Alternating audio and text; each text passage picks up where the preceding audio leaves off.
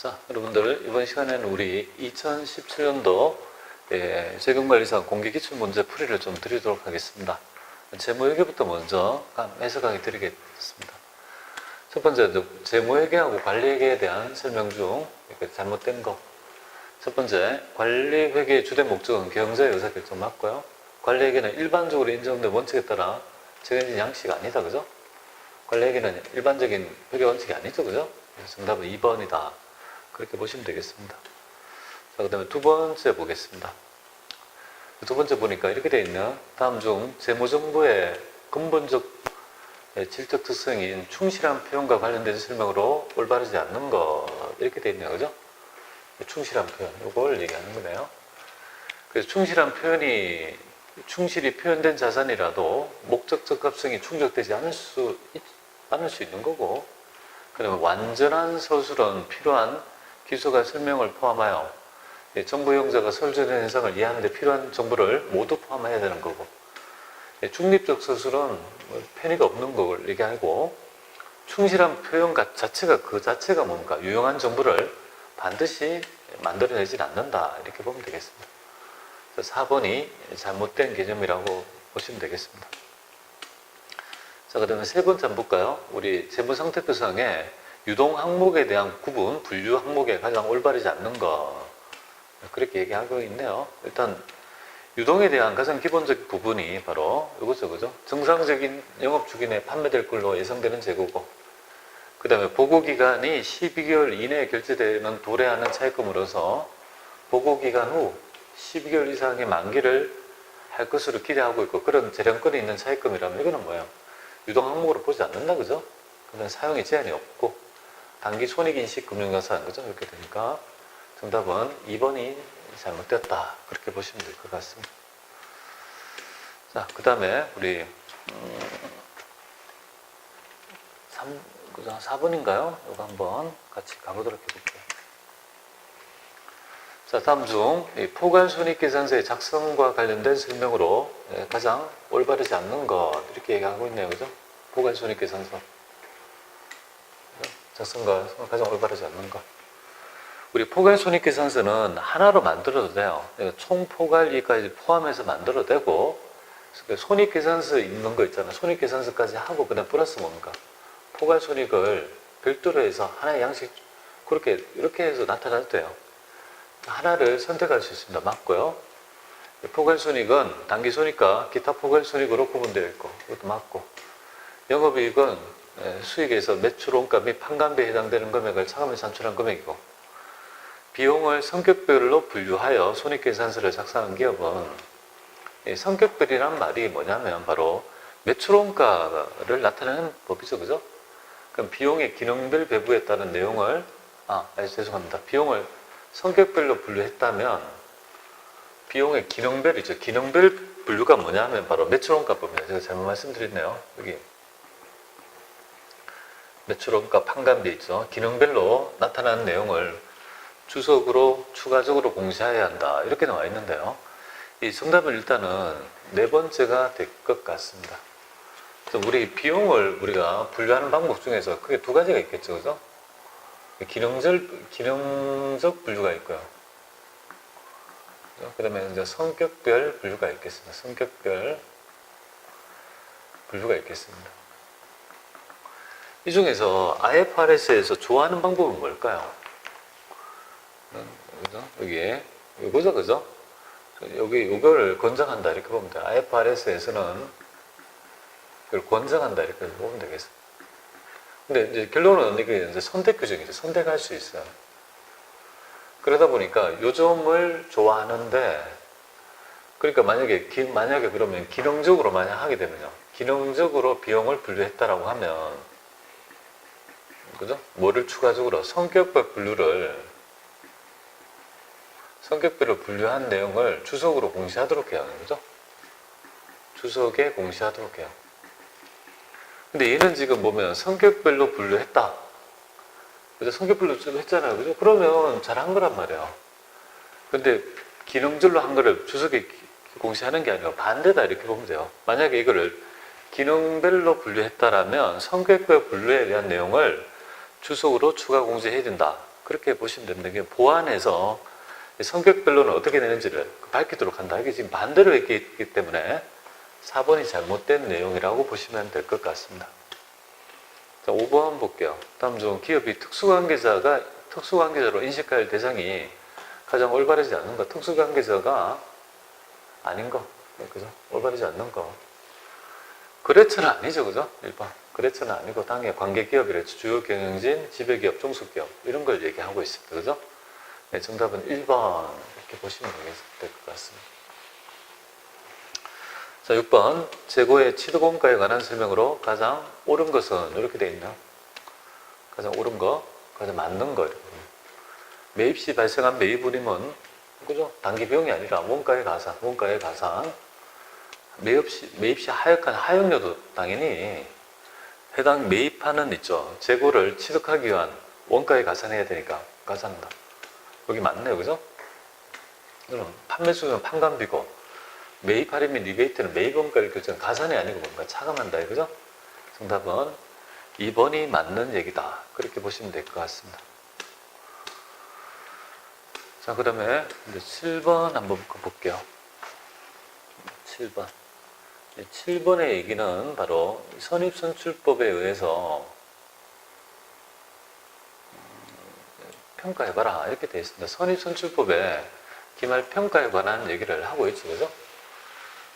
그럼 선입선출법은 여기 요것만 딱 보시면 되겠네요. 여기 지금 기말 재고가 3,500개라는 거잖아요. 그죠? 3,500개를 올라가면 돼요. 요거랑 여기 구입, 판매 말고 판매니까 3,500개 요거 하나, 둘, 2,500개 여기에 뭔가 세 번째 요거 1,000개 여기에서 1,000개만 그죠? 이렇게 올라가면 될 거 아닙니까? 그러면 결국 기말의 재고는 2,800 요것도 갈 것이고 요것도 더 갈 것이고 여기에서 1,000개니까 여기 200만 원 있죠?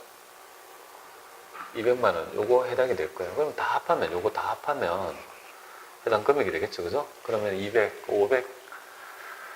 575만 원에 855만 원 이렇게 되겠습니다. 정답은 3번이 되겠습니다. 그렇지? 그래서 선입선출법로 이렇게 따져가는 거 여러분 확인해 보시면 될 것 같아요. 자, 그 다음에 이어가지고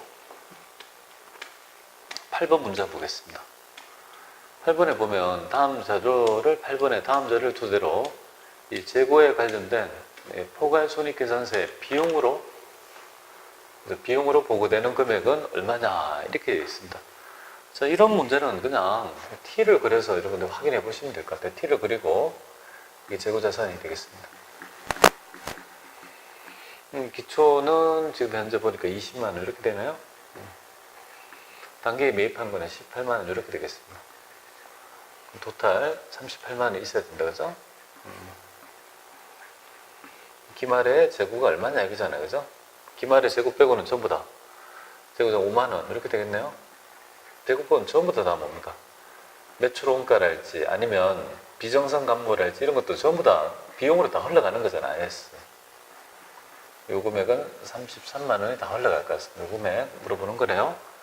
정답은 3번 이렇게 되겠습니다. 참고해 보시면 될 것 같네요. 자, 그 다음에 이어가지고 우리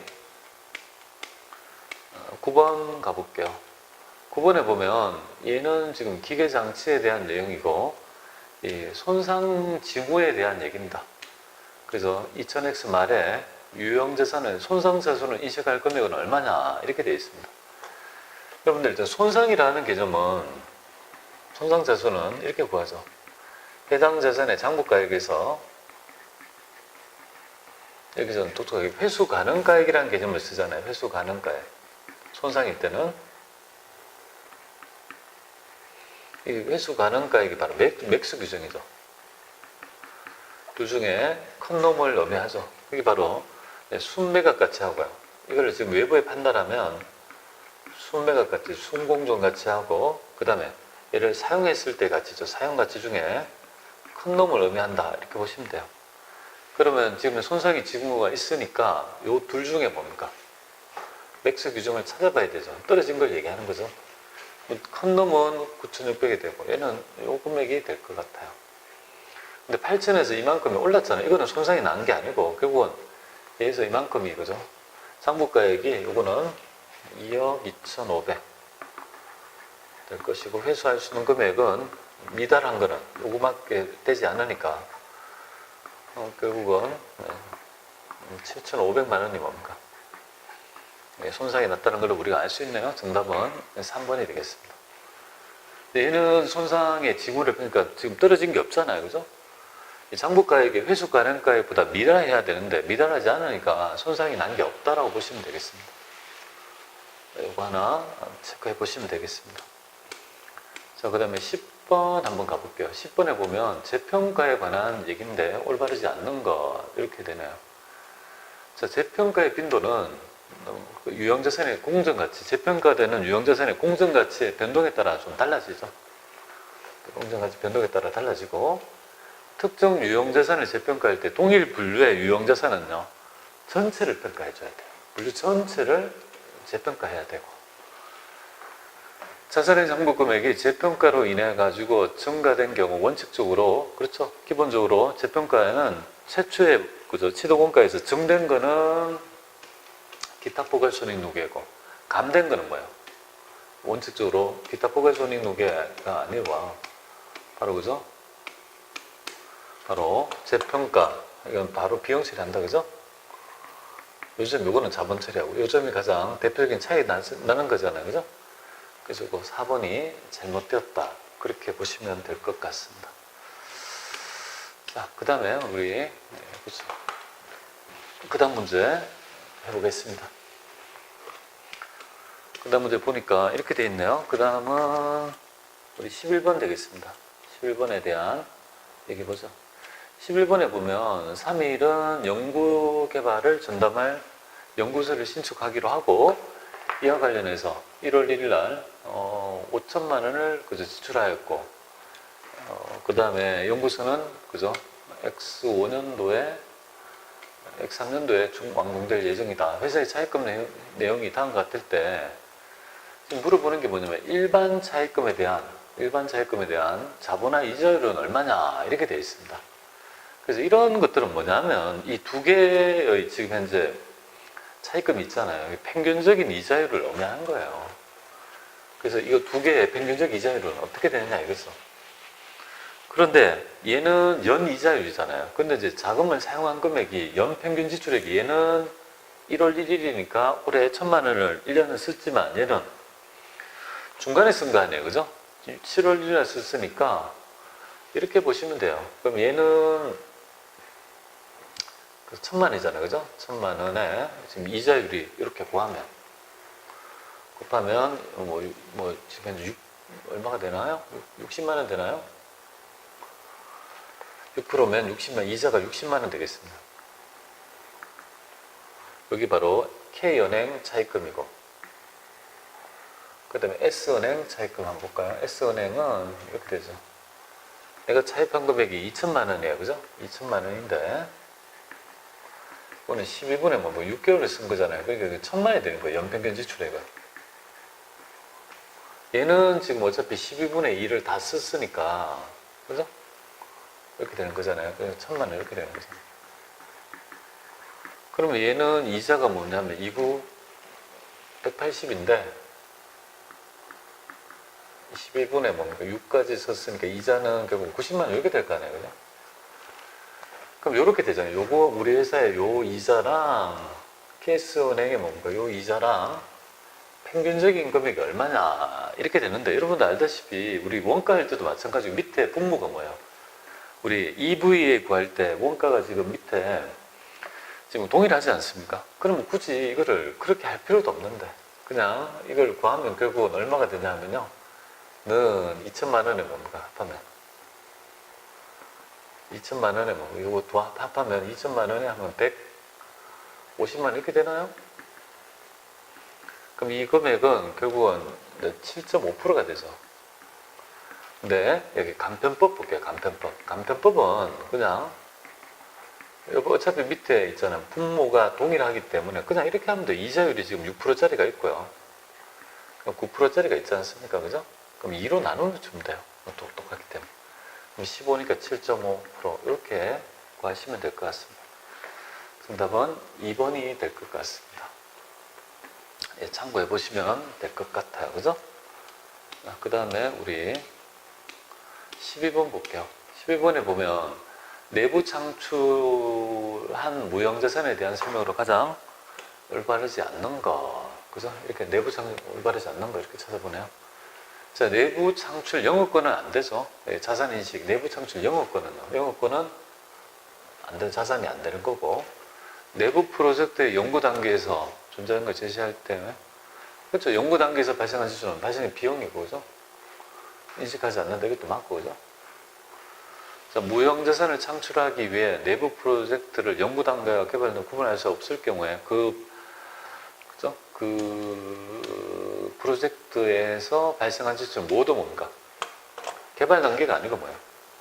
우리 연구 단계다 이렇게 보시면 됩니다. 정답은 3번이 잘못된 내용이다. 그렇게 보면 돼요.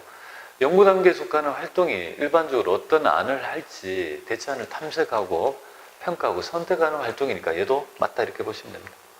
정답은 3번이 잘못되었다. 그렇게 보시면 되겠습니다.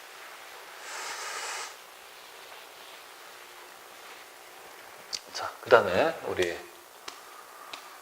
13번인가요? 13번에 있는 얘기 한번 보도록 하겠습니다.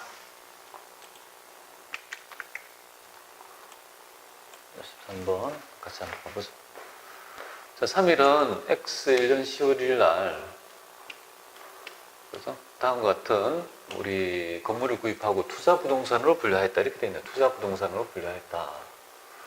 투자부동산의 회계 처리와 관련해서 X1년도에 당기순이익에 미치는 영향은 얼마냐. 뭐 이렇게 되어 있네요. 그죠?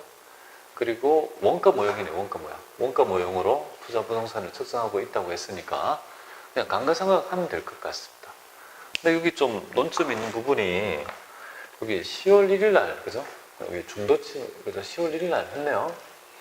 간단하게 뭐 여기 원가 모형이니까 감가상각 하는 거 아니겠습니까? 그러면 6억에서 뭔가 현존가치 6천 이렇게 되고 30년이니까 30분의 1 곱하기 11분의 뭔가 10월 3 이렇게 하면 요만큼이 바로 단기에 인식해야 될 감가상각비가 될 것 같습니다. 그러면 이거 450만원 이렇게 되겠습니다. 그러니까 450만원만큼이 그 감가상각비로 비용화될 거니까 단기순이익이 감소된다. 그렇게 보시면 될 것 같습니다.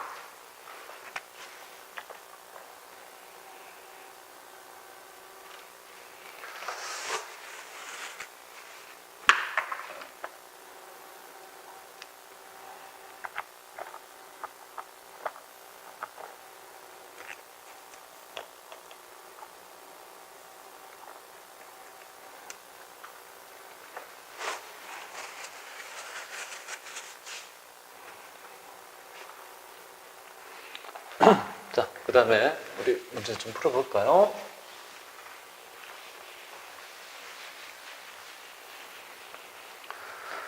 자, 그럼 이어가지고 14번 한번 풀어보겠습니다. 14번 만기 보유 금융자산에 대한 우리 설명으로 가장 옳은 것은 그렇게 하고 있네요. 그죠? 요거 한번 우리 풀어보도록 하죠. 만기 보유 금융자산 이렇게 되죠. 여기 옳은 것은 이렇게 됩니다. 자, 만기 보유 금융자산은 지급 금액이 확정되지 않는 비파생, 확정되지 않는다고요? 확정되죠, 그죠? 만기 보유는. 그 다음에 두 번째, 만기 보유증권과 직접 관련 원가는 단기 비용이 아니라 원가의 가산, 그죠? 지금 거래 원가는 원가의 가산. 만기 보유 금융자산의 손상차손은 단기 손익이 아닌 기타 포괄 손익이 아니고요. 손상차손은 뭔가 다 단기 손익이다 이렇게 보시면 돼요. 자, 그 다음에 만기 보유 금융자산은 최초 인식 시점에는 공정가치로 측정하고 최초 인식 후에는요 유효이자율법에 따라 적용해서 상각부 원가로 측정한다. 이 말이 맞죠, 그죠? 4번이 정답이 될 것 같습니다. 그 다음에 15번 한번 가보죠. 자, 15번 보면 서울에 대한 용산의 주식을 매도 가능 증권으로 분류했는데, 이 얘기는 우리 예전에 기출 문제니까 처분이잖아요, 그죠? 처분. 매도 가능 증권의 처분은 얼마인가? 정답은 제로가 되겠습니다. 없다. 바뀐 거니까 이거 전부 다 문제 오답이다 이렇게 보시면 됩니다. 왜 없다, 그죠? 그래서 지금 매도 가능 증권으로 분류된 부분에 대해서 우리가 처분 손익을 인식하지 않는 기준으로 바뀌었기 때문에 예전의 문제는 인식했지만 지금 현재는 인식하지 않으니까 매도 가능 증권이 처분하였다고 하면 처분 손익은 없다라고 여러분들 보시면 될 것 같습니다. 답은 없다, 0이다 이렇게 보시면 될 것 같고요. 16번 한번 볼게요. 이 금융자산의 있죠. 재고에 관계된 경우 양도자의 소유와 위험에 대한 위험과 보상이 뭡니까? 대부분 이전되었다는 경우 그렇게 한다면 금융자산을 제거할 거 아니겠습니까? 그 중에서 가장 이전된 예로 가장 옳은 것은 그렇게 돼 있죠. 기존서에 있는 얘기를 좀 봐야 되는데요. 여러분들 일반적으로 이런 경우 있잖아요. 뭐 대여했다든지 이런 것들은 우리가 위험이 이전된 거 아니에요. 빌려준 거잖아요. 그러니까 이거는 이전된 게 아니고 양도자가 매도 후에 미리 정한 가격 또는 미리 매도 가격에 양도자에게 금전을 대여했다면 그 대가로 받을 이자 수익을 더한 금액 더해가지고 다시 재매입하는 경우는 뭡니까? 그 대부분의 이전이 되었다고 보지 않는 거예요. 그 다음에 양수자가 대손의 굉장히 발생 가능이 높은 대손을 보증하면서 매출재권을 매도했다. 그러면 대손이 나면 언제든지 보증을 해준다니까 이거는 위험이 이전되지 않았다고 보는 거예요. 그래서 정답은 1번인데요. 얘는 그죠? 재매입할 수 있는 양도한 금융자산을 재매입 시점의 공정가치로 재매입할 수 있는 권리를 보유하고 있는 거죠. 권리를 보유하고 있는 거다. 지금 내가 지금 재매입할 거로 거래를 한 게 아니고 권리를 보유하고 있다는 말은 위험과 보상의 이성이 대부분 이전되었다고 본다. 이렇게 보시면 됩니다. 이런 거 좀 알아놓으시면 좋을 것 같아요. 뭐 기준서에 그대로 나와 있는 얘기니까